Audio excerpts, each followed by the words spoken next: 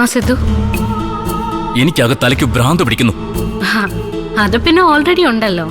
News അത് കൂടി എന്ന് പറഞ്ഞാ മതി. ആട്ടെ, ഇപ്പൊ ആരാണാവോ കുട്ടിയെ ഭ്രാന്ത് പിടിപ്പിച്ചേ? ചന്ദ്രയുടെ അച്ഛൻ നടേശൻ.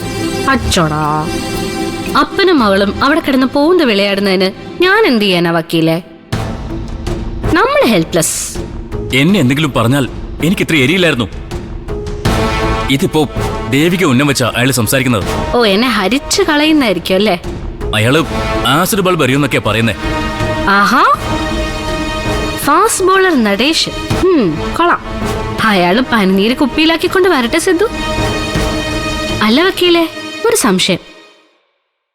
ഇനിയെങ്ങാനും ആസിഡ് ബൾബ് വന്ന് വീണ് ഈ പാവം ദേവൂട്ടിയുടെ സുന്ദര വദനം കത്തിക്കരിഞ്ഞു പോയാൽ വക്കീൽ എന്നോടുള്ള ഇഷ്ടം പോവോ? ഞാൻ സ്നേഹിക്കുന്നത് ദേവികയുടെ മനസ്സിന്റെ സൗന്ദര്യോ. ചന്ദ്രേ, എന്തോ? ഹലോ, നീ എന്തായി ചെയ്തേ? സിദ്ധോട്ടന്റെ ഫോണ് റാഞ്ചിയെടുത്ത് ദേവികയെ ബന്ദിയാക്കി വെച്ചു. കണ്ടില്ലേ? എന്റെ പ്രൈവസിൽ ഇടപെടാൻ നീ ആരാ?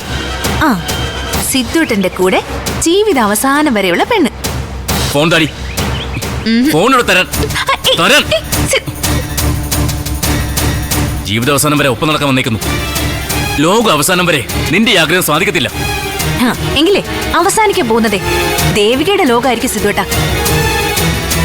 എനിക്ക് കിട്ടാത്ത പൂവ് പിച്ചി ചീന്തി ചവിട്ടി അരയ്ക്കുന്നതാ എന്റെ ശീലം. എന്നെ നിങ്ങൾ അപമാനിക്കുന്നതനുസരിച്ച് എനിക്ക് നിങ്ങളോടുള്ള ഇഷ്ടവും നിങ്ങളുടെ കൂടെ തന്നെ ജീവിക്കണമെന്നുള്ള വാശിയും കൂടിക്കൊണ്ടിരിക്കുക. ചന്ദ്രേ. ചന്ദ്ര തന്നെ. എന്റെ അച്ഛൻ ആസിഡ് ബൾബ് എന്നൊക്കെ പറഞ്ഞിട്ടുണ്ടെങ്കിലേ അത് വെറുതെ പറഞ്ഞതല്ല. നടേശൻ പോലീസിന്റെ തീരുമാനിച്ചാ അത് നടത്തുകയും ചെയ്യും. ഇല്ലെങ്കിൽ ഞാൻ നടത്തും. 1 ലിറ്റർ പെട്രോളിൽ ദേവിക നിന്ന് കത്തും. നമുക്ക് ഒന്നിച്ചു പോയി അവളെ കോടി പുതപ്പിച്ച് റീത്ത് വെക്കാം.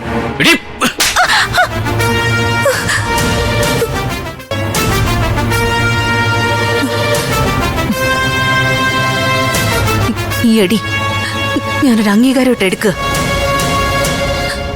പക്ഷെ ഇതിനുള്ള മറുപടി എവിടെ പൊട്ടുമെന്ന് സിദ്ധോട്ടൻ കാത്തിരുന്ന് കണ്ടു.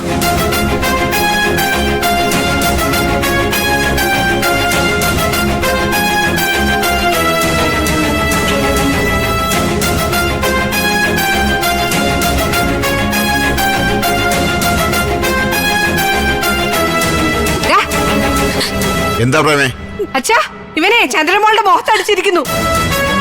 സിദ്ധു, പറ്റിപ്പോയച്ചാ. എന്നാലും വേണ്ടായിരുന്നു കുഞ്ഞളിയ. ഞാൻ പ്രേമയൊന്ന് തല്ലിയത് എന്റെ ഭാര്യ ആയതുകൊണ്ടാണ്. എന്നാലും അതും ശരിയാണെന്ന് ഞാൻ പറയുന്നില്ല, ന്യായീകരിക്കുന്നുമില്ല. സാരമില്ല ചേട്ടച്ച, എനിക്ക് സങ്കടമൊന്നുമില്ല, സന്തോഷമുള്ളൂ. തല്ലാനായിട്ടാണെങ്കിലും സിദ്ധോട്ടൻ എന്നെ അംഗീകരിച്ചല്ലോ. മോൾ അങ്ങനൊന്നും പറഞ്ഞ് ഇവനെ രക്ഷപ്പെടുത്താൻ നോക്കണ്ട. മോളുടെ അച്ഛൻ ഇവനെ ഒന്ന് ഉപദേശിച്ചു. അതിന്റെ ചൊരുക്കായി പൊന്തമാട മോളോട് തീർത്തത്. എടാ, പൂ പോലത്തെ ഈ കവളത്തെ എങ്ങനെ അടിക്കാൻ തോന്നിയടാ നിനക്ക്? സിദ്ധു, ചന്ദ്രലേഖയോട് സോറി പറയ്. സോറി പറഞ്ഞേ പറ്റൂ. പറയാൻ അത് മര്യാദയും മാന്യതയാ കുഞ്ഞളിയ. തെറ്റുപറ്റിയ ക്ഷമ പറയണം. അതിന് ഈഗോ ഹർട്ട് ചെയ്യേണ്ട കാര്യമൊന്നുമില്ല.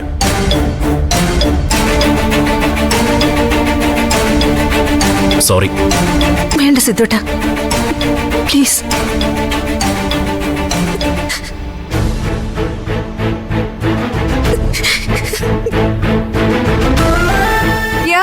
അവന്റെ ഒരു ചോണി. ആ കൊച്ചിന്റെ മനസ്സേ നീ ഇനിയെങ്കിലും മനസ്സിലാക്കടാ.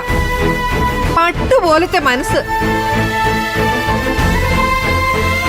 അതാടാ തല്ലു കൊണ്ടിട്ടും നീ സോറി പറഞ്ഞപ്പോ അവള് കരഞ്ഞത്.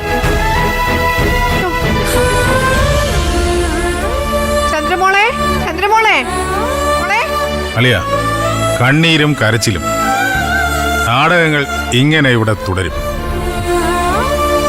ആ നടേശനോട് അളിയൻ നല്ലത് നാരണം പറഞ്ഞിട്ടുണ്ടെങ്കിലേ അത് ഗംഭീരമായി എന്നേ ഞാൻ പറയും.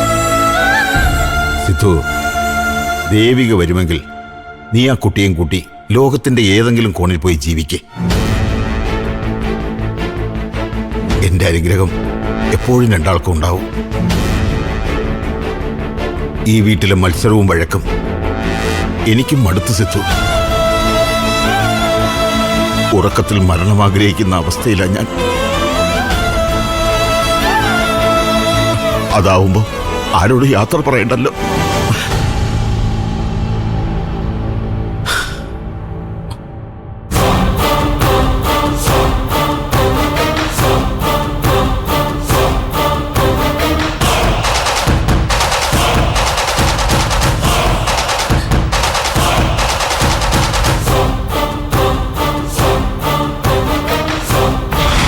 വേണമെന്ന് വിചാരിച്ചല്ല, പറ്റിപ്പോയി. എന്നാലും തല്ലണ്ടായിരുന്നു. സിദ്ധുവിന് ചേരുന്ന പ്രവൃത്തിയൊന്നും അല്ല കേട്ടോ അത്. ദേവിക എന്നെ വഴക്ക് പറയാണോ? പക്ഷെ വഴക്കൊന്നും അല്ല സിദ്ധു. സിദ്ധുവിനെ ഇഷ്ടപ്പെട്ട് ആ വീട്ടില് നിങ്ങളെ വിശ്വസിച്ച് കഴിയുന്ന പെൺകുട്ടിയാണ് ചന്ദ്ര. ഓ, അപ്പൊ ദേവികയും ഗ്യാലറി ഇരുന്ന് ചന്ദ്രയ്ക്ക് കൈയടിക്കുവാണല്ലേ? കൈയടിക്കാൻ വിസിലടിക്കാൻ ഒന്നും അല്ല.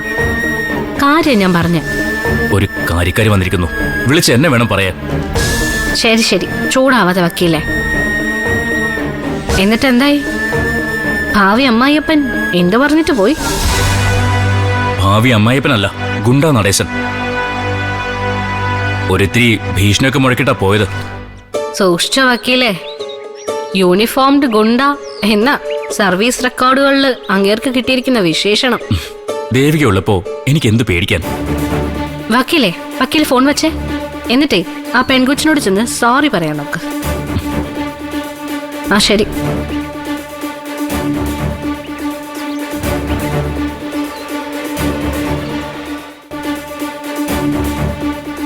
ആരായിരുന്നു മോളെ? സിദ്ധു ആയിരുന്നോ? അല്ലാതെ പിന്നെ ആര്? സിദ്ധു ആയിരുന്നു അച്ഛാ. എന്താ മോളെ പ്രത്യേകിച്ച് വിശേഷിച്ചെന്തെങ്കിലും? വിശേഷമല്ല, ബഹളോ. ചന്ദ്രയെ സിദ്ധു തല്ലിയെന്നോ, നടേശൻ പോലീസ് വന്ന് ഭീഷണിപ്പെടുത്തിയെന്നോ, അങ്ങനെ എന്തൊക്കെയോ. ആ നരുന്തു പോലുള്ള പെങ്കൊച്ചിനെ അവന്റെ പൊന്തം കൈകൊണ്ട് തല്ലിയെന്നോ? നീ പറഞ്ഞിട്ടായിരിക്കും തല്ലിയത്. എന്റെ പൊന്നു മുത്തശ്ശി, ഞാൻ മനസ്സാവാച അറിയാത്ത കാര്യത്തിന് എന്നെ ചുമ്മാ പിടിച്ചിടല്ലേ. ഓ, എന്തായാലും അടിയുടെ ചൂട് ആറും മുമ്പ് സിദ്ധു ദേവികയെ വിളിച്ച് വിവരം പറഞ്ഞല്ലോ. നന്നായി. എന്റെ അമ്മ സംസാരിച്ച കൂട്ടത്തില് പറഞ്ഞു പോയതാ സിദ്ധു. ഓ ആയിക്കോട്ടെ. മനോഹരേട്ടന് നാണമില്ലേ ഒരു പെൺകൊച്ചിനെ തല്ലിയ കാര്യം കേട്ട് സന്തോഷമായിട്ട് നിൽക്കാൻ? ആ, എനിക്ക് കുറച്ച് സന്തോഷം ഉണ്ടടി.